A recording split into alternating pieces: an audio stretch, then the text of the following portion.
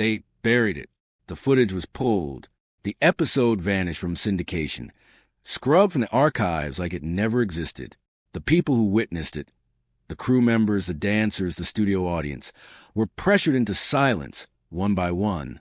Soul Train wasn't just a television show. It was a movement, a sanctuary, a weekly church service for millions of Black Americans who had spent decades being ignored, erased, or mocked by the entertainment industry that was supposed to serve them all. Every Saturday morning, they finally had something that was theirs.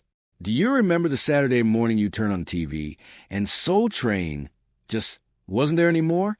No explanation, no farewell, just gone. What they never told you, what the industry spent years making sure you would never find out, would have shattered everything you thought you knew about the show you loved. Before the fall, there was a glory. For anyone who grew up in the 1970s or 1980s, Soul Train was not background noise. It was an event. Families gathered. Cousins called ahead. Children finished their Saturday morning cartoons and stayed planted in front of the television because what came next was something no other program on American television offered. Don Cornelius would appear in his wide-lapelled suits, his voice dropping like dark velvet over every word, and the world inside that TV set would come alive in a way that felt almost sacred. The Soul Train line was its own language. 2 rows of dancers, a corridor rhythm, and one brave soul strutting down the middle with everything they had. No scripts, no choreographers, just black joy, broadcast nationwide. Week after week, unfiltered and unapologetic. The show was born in Chicago in 1970, a local production on WCIU that Cornelius funded himself, hustling advertising dollars from companies that everyone else said would never buy time on a Black-hosted music show. He proved them wrong. By August 1971, Soul Train went national through syndication, airing across dozens of markets simultaneously without the backing of a major network. That syndication model was Cornelius's masterstroke. It gave him independence. It gave him ownership. But it also gave him exposure, and enemies he didn't yet know he had. The television industry of the early 1970s did not celebrate Soul Train. It tolerated it. Sponsors were quietly uncomfortable with the show's boldness. Certain advertising agencies steered their clients away, citing vague concerns about the show's tone or audience. In several southern markets, network affiliates routinely delayed the broadcast, buried it in low viewership slots, or skipped entire episodes without explanation or apology. The FCC received early complaints, filed by conservative viewer groups who described the dancing as lewd, the music as inappropriate, and the overall presentation as a threat to community standards. These complaints were largely dismissed, but they were filed, they were documented, and they established from the very beginning that Soul Train existed in a country that had not fully decided whether it deserved to exist at all. None of that stopped the audience. Through the 1970s and into the 1980s, the show's cultural gravity was undeniable. James Brown performed. Aretha Franklin performed. Stevie Wonder, Marvin Gaye, Whitney Houston, Michael Jackson. The greatest names in Black American music cycled through that stage as if it were a rite of passage. To appear on Soul Train was to be confirmed, validated, real. But beneath every frame of those golden Saturday mornings, a tension was building. The show was beloved, yes, but it was also fragile, dependent on a syndication web that could fray, on sponsors who could walk, on an industry that had never fully embraced what it was watching. The sponsors, the affiliates, the quiet complaints, none of that is what finally broke it. The real fracture started with one person, one night, and one decision that Don Cornelius never fully recovered from. To the audience, Don Cornelius was untouchable. He moved through every frame of Soul Train with the calm authority of a man who had built something from nothing and knew it. The deep voice, the measured pacing, the way he introduced an artist as if he were personally vouching for their greatness. For 35 years, he was the face, the voice, and the soul of the show that bore his fingerprints on every inch of its existence. But inside the production, the picture was considerably more complicated. Cornelius did not merely host Soul Train. He controlled it, with a thoroughness that those who worked with him described as both impressive and suffocating. He personally approved performers before they were booked. He reviewed wardrobe choices. He signed off on the final broadcast cut of every episode. Nothing aired that he had not personally sanctioned. Soul Train Productions, his company, functioned less like a television production house and more like a private kingdom, with Cornelius as its absolute ruler. For most of the show's early years, that control produced brilliance. The consistency of Soul Train's quality, the dignity with which it presented black artists, the refusal to sensationalize or demean, all of that came directly from Cornelius's iron hand on the wheel. He had seen what happened to black entertainers when white-run productions got hold of their image. He was not going to let that happen on his stage. But iron hands grow tired, and the walls of a kingdom, if they are never opened, eventually become a prison. By the late 1980s, cracks were forming inside the organization that the audience would never see. Former staff members, speaking years later in retrospective interviews and entertainment journalism pieces, described a culture of quiet fear within Soul Train Productions. Performers who challenged Cornelius's decisions over set choices, over song selections, over how they were introduced, found themselves quietly removed from future booking lists. No public confrontation, no explanation, just a phone call that stopped coming. Key creative staff members began departing in the early 1990s. Some cited creative differences. Others said nothing at all, which in Hollywood is its own kind of statement. The people who understood the show's DNA most deeply, who had been there since the Chicago days, were steadily replaced by newer, younger staff who were more focused on chasing the shifting landscape of popular music than on preserving what Soul Train had always stood for. And the music landscape was shifting rapidly. Hip-hop had exploded. R&B was evolving into something harder, more provocative, more commercially aggressive. The artists of the mid to late 1990s who appeared on Soul Train carried a different energy than the artists who had built the show's legacy. Some were magnificent.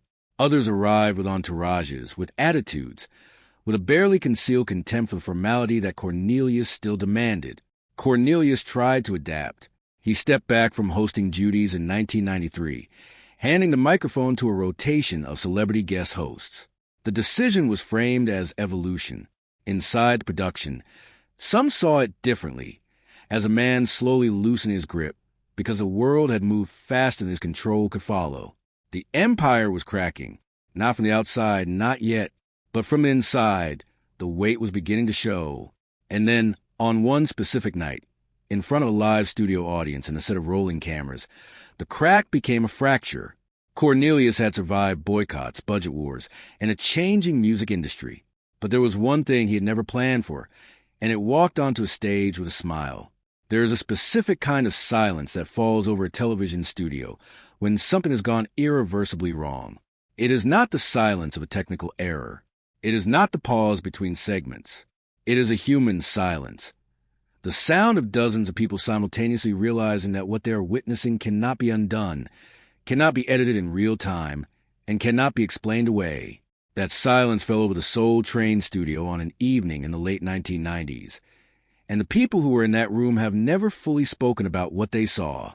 The details that have emerged through entertainment journalism archives, through FCC complaint filings, through the careful reconstruction of former production insiders speaking in later years, paint a picture that is simultaneously specific and incomplete. Specific, because the broad outlines are documented. Incomplete, because the industry ensured that the full account would never be assembled in one place. A performer was on stage. The taping was underway. What happened next crossed a line that Soul Train, in all its boldness, had never crossed before, not because the show shied away from edge or from authenticity, but because Cornelius had always understood, with precision, where the boundary between celebration and destruction actually sat. Whether it was language, words delivered directly into a live microphone that no broadcast delay could catch in time. Whether it was a physical act, captured on camera before the director could call the cut. Whether it was a political statement so inflammatory that it instantly transformed the studio from a celebration into a flashpoint. The accounts vary in their specifics, but they converge on the outcome. The director hesitated. 1 second, perhaps 2, and in those seconds, the cameras kept rolling, and whatever happened was fully captured on tape. The studio audience's reaction was immediate and visceral, not the roar of appreciation that filled that room on 1,000 other nights. Something different, something uneasy, the kind of reaction that tells a production crew, without a single word being spoken, that the evening has just become a crisis. Within hours, the phones were ringing.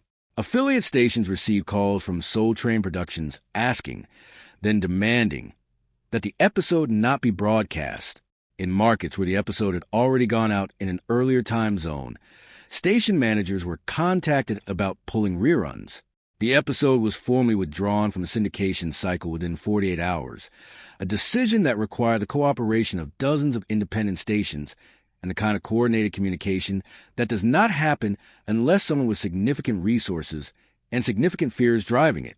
FCC complaint logs from the period reference an episode of Soul Train that generated an unusual cluster of viewer complaints over a narrow 2-day window, complaints that were then quietly resolved without the public documentation that typically follows an investigation. Entertainment trade publications ran brief items about a production incident without specifics. Those items did not get followed up. In an era before social media, before the internet had become the living archive it is today, a story could still be walked back, contained, made to disappear. The performer involved was handled with the particular cruelty of the entertainment industry's version of mercy. Not fired publicly, not confronted, but simply not rebooked. Their label was informed. Their management understood. The industry moved on, as it always does, absorbing the wreckage into its silence. If you have never heard this story before, if this chapter of television history has been invisible to you your entire life, you are not alone. That invisibility was deliberate. It was engineered. This channel exists to pull these stories out of the dark. If that matters to you, subscribe now, so that history like this is never buried again. The episode was gone within 48 hours, but the silence from Don Cornelius himself, that lasted much, much longer. And the reason why is darker than most people are willing to admit. Silence in the entertainment industry is never accidental. It is organized. It is funded. It is maintained through a network of favors, fears, and financial interests that rarely leave a paper trail clean enough for outsiders to follow. What happened after the Soul Train incident was not simply a story going unreported. It was a story being managed. And the management involved more players, more institutions, and more deliberate coordination than has ever been fully acknowledged. Soul Train's advertising portfolio by the late 1990s was substantial. The show had spent nearly 3 decades building relationships with both black-owned businesses and major mainstream consumer brands who understood that Soul Train's audience was loyal, purchasing, and deeply connected to the show's identity. A public scandal, the kind that would require explanation, apology, and the naming of names, threatened all of it, not just the advertising revenue for one episode. The entire accumulated value of the Soul Train brand, built over 30 years of Saturday mornings, was suddenly sitting on a fault line. PR firms were activated. Not one, several. The entertainment industry's crisis communication infrastructure in the late 1990s was practiced and efficient, shaped by decades of managing the private lives of public figures. The calculus was not complicated. A quiet withdrawal was survivable. A public story was not. And so the machine of silence was set in motion, piece by piece, institution by institution. The network affiliates who pulled the episode were not acting alone. They received guidance. They received assurances. In some cases, they received compensation in the form of replacement programming provided without the standard licensing fees, a financial incentive to cooperate quietly rather than ask questions publicly. The pattern was not unique to Soul Train. Throughout the 1990s, the entertainment industry managed a series of on-air and behind-the-scenes incidents involving black performers and black-owned productions with particular efficiency that contrasted sharply with how similar incidents involving white-led productions were handled. When a white-hosted program experienced a broadcast controversy, the conversation was public, congressional hearings, op-eds, advertiser statements. When it happened on black programming, the response was containment. Quiet, private, effective. This was not coincidence. It was a structural reality of an industry in which black-owned productions, however successful, however beloved, remained in a fundamentally different position of institutional power than their white counterparts. Soul Train had been a miracle of independence for 30 years. But independence in that industry had a ceiling, and the incident revealed exactly where that ceiling sat. The artists involved in that evening's broadcast moved on. No formal consequences. No public accountability. Their label's silence was bought cheaply, because the label, too, had reason to avoid scrutiny. In this story, as in so many stories from that era, the people with the least institutional power bore the most visible cost, while the people in organizations with the most to lose paid the least price of all. Think about the shows you grew up watching, the ones that just disappeared one day without any real explanation, the ones that were there every week and then one Saturday simply were not. Drop the name in the comments below, because you may have been watching the same machinery of silence operating in a different living room, on a different channel, in a different city, but doing the exact same work. The industry closed ranks. The story faded from public memory, but Soul Train itself, damaged, diminished, and carrying a wound it could not name, limped forward. And what it became in those final years is, in many ways, the saddest chapter of all. A show does not die in one moment. It dies in 100 small ones. It dies in the ratings meeting where the numbers don't recover. It dies in the advertiser call, where the renewal is smaller than the year before. It dies in the booking conversation where the manager of a major artist says, politely but firmly, that their client is going to bed instead. Soul Train's death was not sudden. It was prolonged. And for those who had grown up watching it, the slow disappearance was somehow more painful than a clean ending would have been. After Cornelia stepped back from hosting in 1993, the show cycled through a series of guest hosts, Mystical, Tyrese, Shamar Moore among them, who brought their own charisma but could not replicate the specific gravity of Cornelius's presence. The show had been built around one voice, one sensibility, one man's uncompromising vision of what black entertainment should look like. Without that center, it drifted by the